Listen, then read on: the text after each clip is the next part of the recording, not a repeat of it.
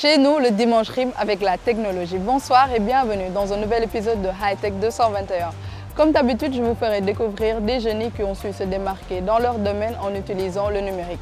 Le premier s'appelle Mohamed, il a su rendre glamour et stylé l'agriculture en créant son blog dénommé Baykat. Tous les jours, il transmet son lifestyle à travers l'agrobusiness. Je vous laisse découvrir.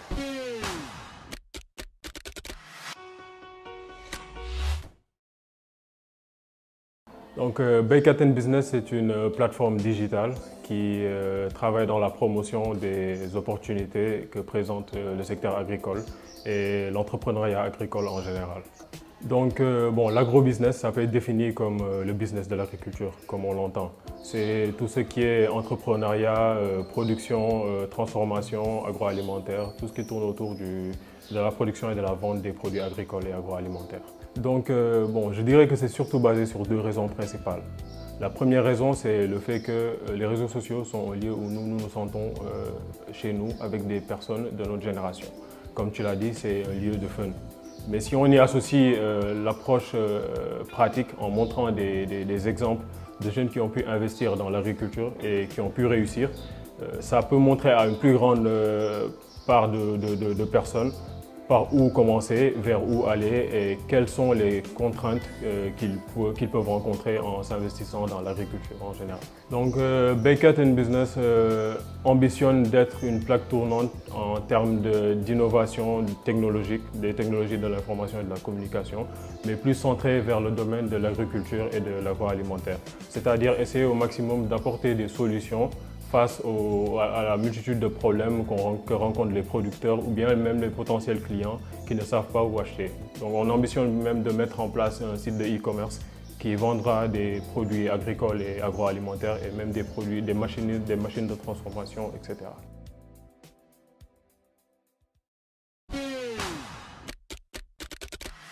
Transformer des légumes en produits capillaires, est-ce possible? La réponse est oui.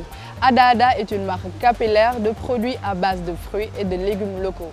Je vous l'avais promis, dans cet épisode, vous ne verrez que des génies. Et le prochain s'appelle Ramatoulaye Bokoum.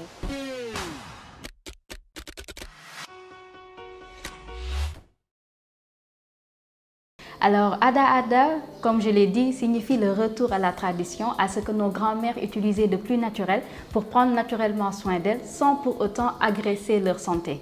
C'est ainsi que nous discutons avec nos mères, nos tantes, nos grands-mères afin de savoir quels étaient leurs secrets de beauté et spécifiquement dans le capillaire. C'est ainsi que j'ai demandé à ma maman, à ma tante ou bien à ma grand-mère quels produits tu utilisais pour prendre soin de tes cheveux.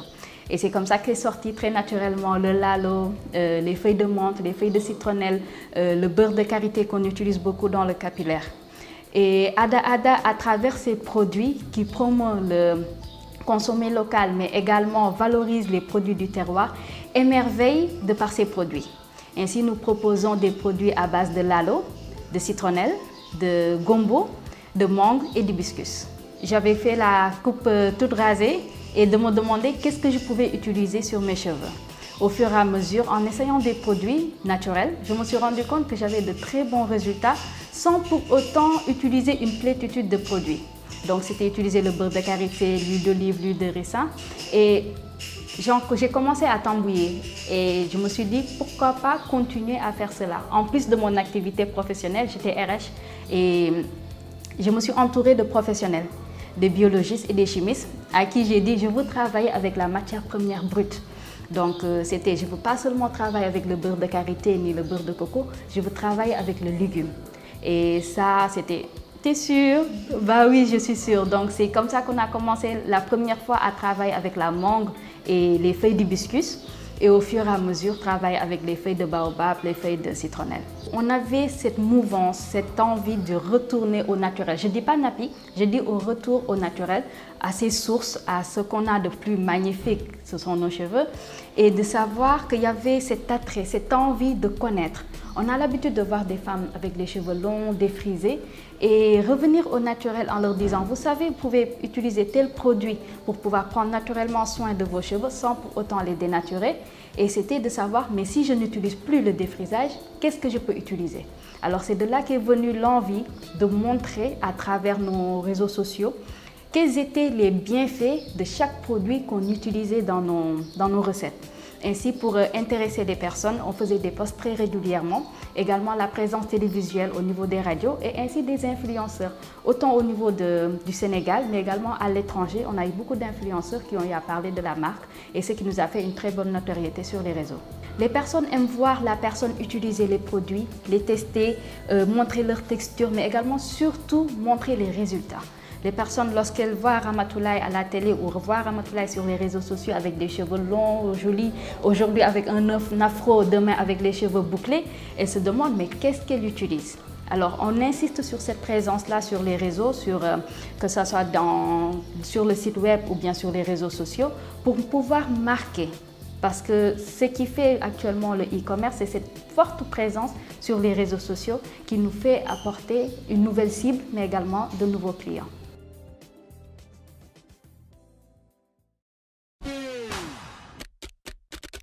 Créer un business en un seul clic, c'est devenu très régulier. De nos jours, plusieurs e-commerce naissent à grande affluence. Toutefois, il y a des inconvénients, mais déjà, commençons par les avantages. Une boutique en ligne est moins chère qu'une boutique physique. Elle reste ouverte 7 jours sur 7, 24 heures sur 24, même quand vous n'êtes pas connecté. Mais il y a des inconvénients. Par exemple, certains e-commerçants ne mettent pas leur prix. D'autres vous livrent un produit qui est très différent que celui que vous avez vu en photo sur le site. Surtout quand vous avez une grande taille comme la mienne et que vous commandez une robe sur le web. C'est pourquoi nous avons posé le débat pour savoir votre avis sur comment vous voyez l'affluence des e-commerce en 2021.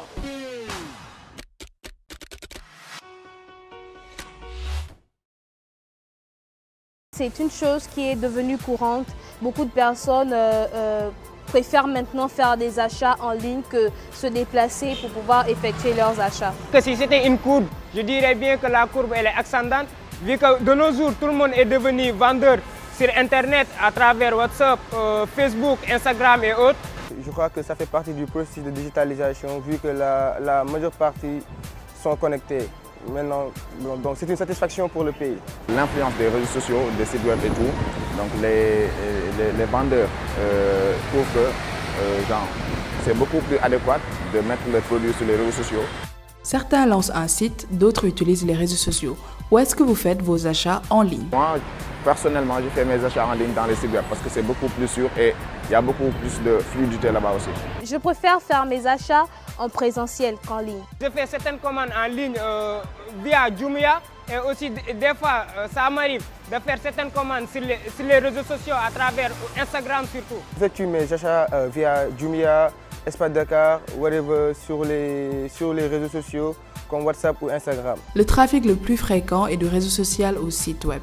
Ceci peut se faire par le biais d'un lien ramenant sur le site ou d'une publicité payante. Mais pour un pays comme le Sénégal, la majeure partie n'ont pas encore de site web. Du coup, l'achat se fait directement sur le réseau social ou sur WhatsApp. Toutefois, ce type d'achat est moins sûr. Avez-vous confiance aux vendeurs sur le web? Pas du tout. Parce qu'il y a des personnes qui utilisent des comptes de certains vendeurs pour pouvoir anarquer d'autres personnes. Donc je ne prête pas attention à ces choses-là. Vu que certains de mes connaissances sont devenus vendeurs sur les réseaux sociaux, donc je dirais bien que je fais confiance aux vendeurs à 60% et 40% je ne les fais pas confiance. Je n'ose pas dire que j'ai entièrement confiance aux vendeurs en ligne, mais je peux dire que je vérifie souvent avant d'acheter et je paye souvent après la livraison. Je n'ai pas confiance à tous les vendeurs sur les réseaux sociaux et sites web parce que parfois, tu peux acheter quelque chose, on te livre le contraire. Vous commandez un produit A, on vous amène un produit B. Et on peut aussi le livrer en retard. Ce qui pourrait expliquer le fait que des gens se soient lancés dans le e-commerce tout simplement parce qu'on constate aujourd'hui que la majorité des acheteurs ou des clients se dirigent maintenant vers l'achat des articles en ligne parce qu'ils ne préfèrent plus se déplacer. La plupart des gens sont sur les réseaux sociaux, donc il est donc facile de vendre ces produits sur les réseaux que sur les marchés. Mettre ces produits dans le site web et les réseaux sociaux, ça augmente les ventes. L'arnaque sur les achats en ligne est un fait très régulier. Beaucoup de commandes ne ressemblent pas à la photo sur le site. Et souvent, si le paiement se fait avant la livraison, vous pouvez ne jamais être livré. Comment éviter les mauvaises commandes sur le web? Pour ma part, je proposerais à ces vendeurs-là de marquer leur site ou leurs produits par une chose que eux seuls sauront automatiquement pour pouvoir permettre que des arnaqueurs ou bien des tricheurs ne puissent pas utiliser ces comptes-là. Il faut s'assurer qu'on a fait le bon choix avec le vendeur, voilà, et avoir confiance aussi en la vente en ligne. De vérifier les produits, de vérifier et de se rassurer que vous avez la bonne qualité avant de payer. Ça demande une bonne contrôle qualité, vu qu'après avoir fait une commande, je vérifie bien avant de payer. Le paiement à la livraison est la meilleure prévention à l'arnaque des e-commerçants. Lorsque vous payez à la réception, vous pourrez voir si la qualité du produit est correcte et ensuite payer. L'e-commerce devient inévitable, surtout en cette période de crise sanitaire. C'est l'une des meilleures manières de tenir son business. Toutefois, transparence est quand même demandée aux deux parties, vendeurs et acheteurs. L'avis client est aussi une chose importante à vérifier avant de passer une commande. Vérifiez l'avis et les notes obtenues par le site. bul xaar jouel ngir nek ben winner ak Megawin mën ngeen a gagner 100 000 francs bés bu ne 1 million de francs ay bés yu ne ñeenti Toyota Starlet auto bu tooy xep bés tàq ak benn kër Kalia bu yanj yónneel gaaw win si 22 722 yoon bu gën a baax ngir am ndam mooy jouer si Megawin. Orange.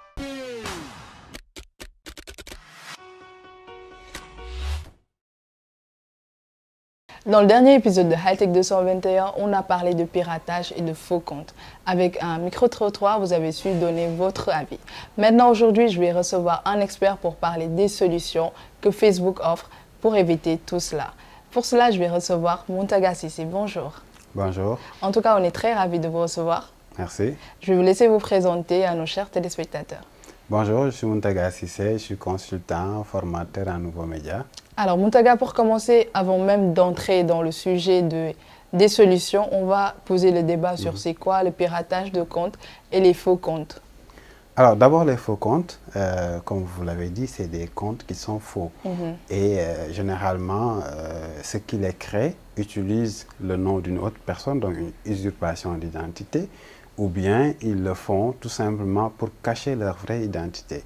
Et ces faux comptes-là ont un impact très négatif sur l'écosystème des réseaux sociaux, notamment sur Facebook qui génère le plus grand nombre d'utilisateurs. Et vous pouvez retrouver un compte en votre nom sur Internet. Et justement, pour combattre cela, on va en parler. C'est justement de le signaler et de faire en sorte que les gens ne lui accordent pas du crédit, que les gens fassent la différence entre le vrai compte qui est le vôtre et le faux compte qui est utilisé. Et justement pour Facebook, quels sont en fait les outils que Facebook offre aujourd'hui pour éviter? Parce qu'on ne peut pas en fait s'empêcher d'avoir ces faux comptes, mais en tout cas pour éviter d'avoir ces faux comptes à nos noms. La meilleure façon, c'est d'avoir une vraie identité.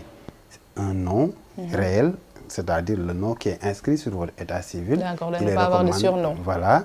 Ensuite, d'avoir une photo qui vous identifie bien. Cela vous permettra d'avoir cette identité-là qui va vous suivre. Parce que si vous ne vous créez pas votre propre identité, peut-être que quelqu'un d'autre va le faire à votre place. Donc, il est important de le faire.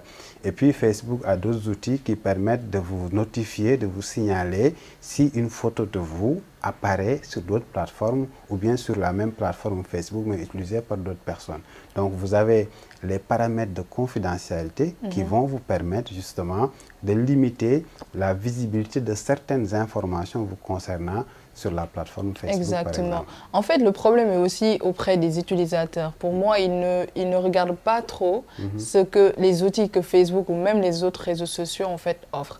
Aujourd'hui, quelle est la responsabilité d'un utilisateur Facebook à se sécuriser lui-même avant même que Facebook le fasse? Alors, un réseau social comme Facebook fonctionne comme dans la vraie vie. C'est à vous de choisir la liste de vos amis, les gens avec qui vous allez interagir. Donc Facebook vous permet par exemple de lister les gens avec qui vous allez interagir et puis de sécuriser la visibilité de certaines informations. Comme je l'ai dit, quand vous faites une publication, vous pouvez décider est-ce que celle-ci doit être publique donc visible par tous, ou bien limité à un certain nombre d'amis, ou bien limité à un cercle beaucoup plus restreint. Vous avez également la possibilité de sécuriser l'accès à ce compte avec ce qu'on appelle la validation à 2 facteurs. C'est-à-dire que si quelqu'un essaie de vous connecter sur votre compte parce qu'il connaît votre adresse email et même votre mot de passe, oui. alors là, Facebook ou un autre outil va vous envoyer un code par SMS ou bien via une application qui va déterminer est-ce que réellement c'est vous qui êtes en train de vous connecter sur votre compte. Si la personne n'a pas par devers elle votre téléphone, bien entendu, elle ne pourra pas se connecter à votre compte. Et justement, en parlant de cercles, sur Facebook, on retrouve des cercles qu'on appelle groupes Facebook. Et sur ces comptes-là, en tout cas, on peut y être et ne pas connaître les autres personnes. Donc, on peut être dans un groupe Facebook avec des faux comptes. Toujours en parlant de responsabilité des utilisateurs, comment on doit être dans ces comptes-là? Parce qu'on donne des informations, on donne notre avis aussi sur des actualités dans ces groupes.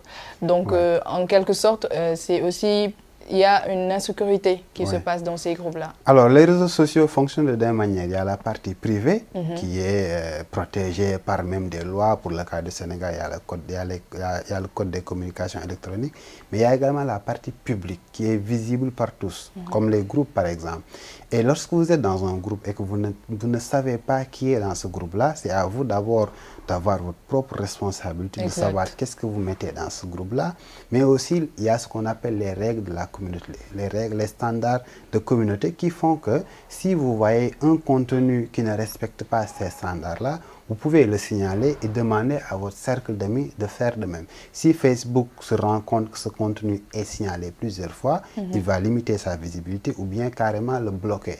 Il faut rappeler qu'il y a au moins 35 000 personnes qui travaillent pour Facebook, rien que pour la modération du contenu, rien que pour la sécurisation des comptes. Énorme. Et donc, voilà, c'est énorme. Même, il y a des gens qui parlent Wolof, qui sont des Sénégalais, qui font que ça, pour dire que, que les gens qui disent que oui, moi, quand j'écris en Wolof, Facebook ne peut pas le savoir, c'est faux. Il y a des gens qui comprennent bien ce que vous écrivez sur bon Facebook. à savoir, ça. Et donc, si quelqu'un se met à publier du contenu contraire aux règles de cette communauté, là, si moi, je fais la signalisation et que j'en parle dans mon réseau, les autres vont en faire de même et là, la personne fautive va peut-être finir par retrouver son compte tout simplement bloqué. C'est très bon à savoir. Et aujourd'hui, les comptes piratés, c'est des comptes que l'on connaît déjà, les personnes. Par exemple, ça peut être des célébrités, ça peut être un président, ça peut être un autre acteur politique. Aujourd'hui, qu'est-ce que Facebook offre comme sécurité pour les personnes qui sont célèbres, entre guillemets, qui sont connues? Par exemple, sur Instagram, on peut être certifié. Là, on reconnaît que c'est cette personne-là qui est exactement sur ce réseau. Mais comment aujourd'hui Facebook permet d'avoir cette sécurité pour les autorités? Alors, cela va se jouer sur deux tableaux. D'un côté, il y a la personne qui détient ce compte, comme s'il s'agit d'une célébrité, par exemple. La meilleure façon de protéger son identité, c'est de la certifier, même si le processus est compliqué, très difficile, mais il faut s'y mettre parce qu'il faut payer le prix. Si vous êtes une célébrité, vous devez faire en sorte que votre compte soit reconnu officiellement par Facebook. Donc, il y a une procédure à suivre. Il y a des spécialistes au Sénégal qui ne font que ça. Si vous vous rapprochez d'eux, ils vont vous accompagner, par exemple, à certifier votre compte. Super. Et de l'autre côté, c'est l'utilisateur. Si moi, je vois un compte d'une personne entre guillemets célèbre et que je vois que son compte n'est pas certifié, je dois prendre avec des pincettes le contenu qui est partagé sur ce compte-là parce que je ne suis pas sûr s'il s'agit d'un compte donc de la personne réelle, de la célébrité certifiée ou d'un compte créé par quelqu'un comme moi qui a juste mis le nom et donc la photo de profil. Donc ça doit se jouer sur ces deux tableaux-là et ça permettra justement d'éviter de tomber dans le piège de certaines personnes entre guillemets célèbres qui font des publications, qui font des messages privés avec des personnes pour leur suturer par exemple de l'argent. C'est vrai. En tout cas, merci pour tous ces éclairages que vous nous avez donnés sur Facebook, sur les sécurités. Alors nous, chez Hightech, on fait des tech tips. C'est-à-dire qu'on donne plusieurs astuces dans tous les épisodes, en tout cas, que l'on fait. Alors aujourd'hui, on a une astuce sur comment partager ou en tout cas faire un appel audio ou vidéo sur un PC. J'espère que vous le savez déjà. Donc nous, on va laisser en tout cas pour les gens qui ne sont pas encore assez connectés, surtout avec cette crise sanitaire, on est obligé de faire des appels audio ou vidéo. Je vais vous montrer comment le faire à partir d'un PC pour WhatsApp.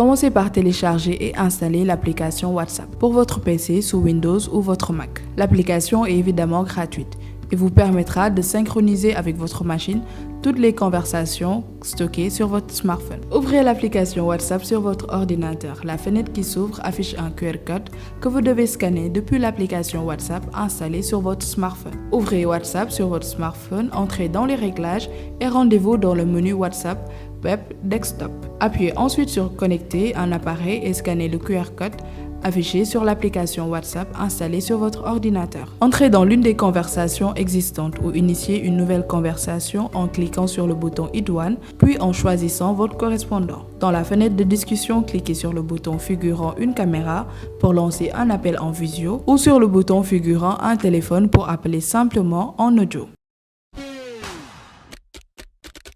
Et si un miroir pouvait nous donner des conseils en beauté? D'après tout, il est le mieux placé. On s'apprête tous devant un miroir. Hi Miroir est un miroir intelligent. Il fait des captures de votre peau et vous fait une analyse globale de votre beauté et aussi des soins à avoir. Je vous laisse découvrir.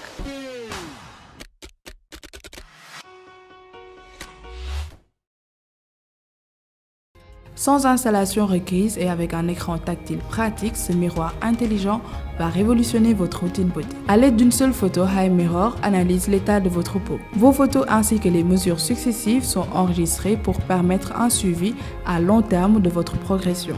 Cernes, boutons, points noirs, rides, pores, taches, chaque aspect sera minutieusement analysé et les résultats vont permettre de comprendre et de cibler efficacement les zones à problème. Comme nous avons commencé cette émission en parlant d'agrobusiness, on va rester dans cette mouvance. Je vais vous présenter un pot de fleurs connecté qui s'arrose tout seul. Si vous voulez débuter dans le jardinage, voilà ce qu'il vous faut.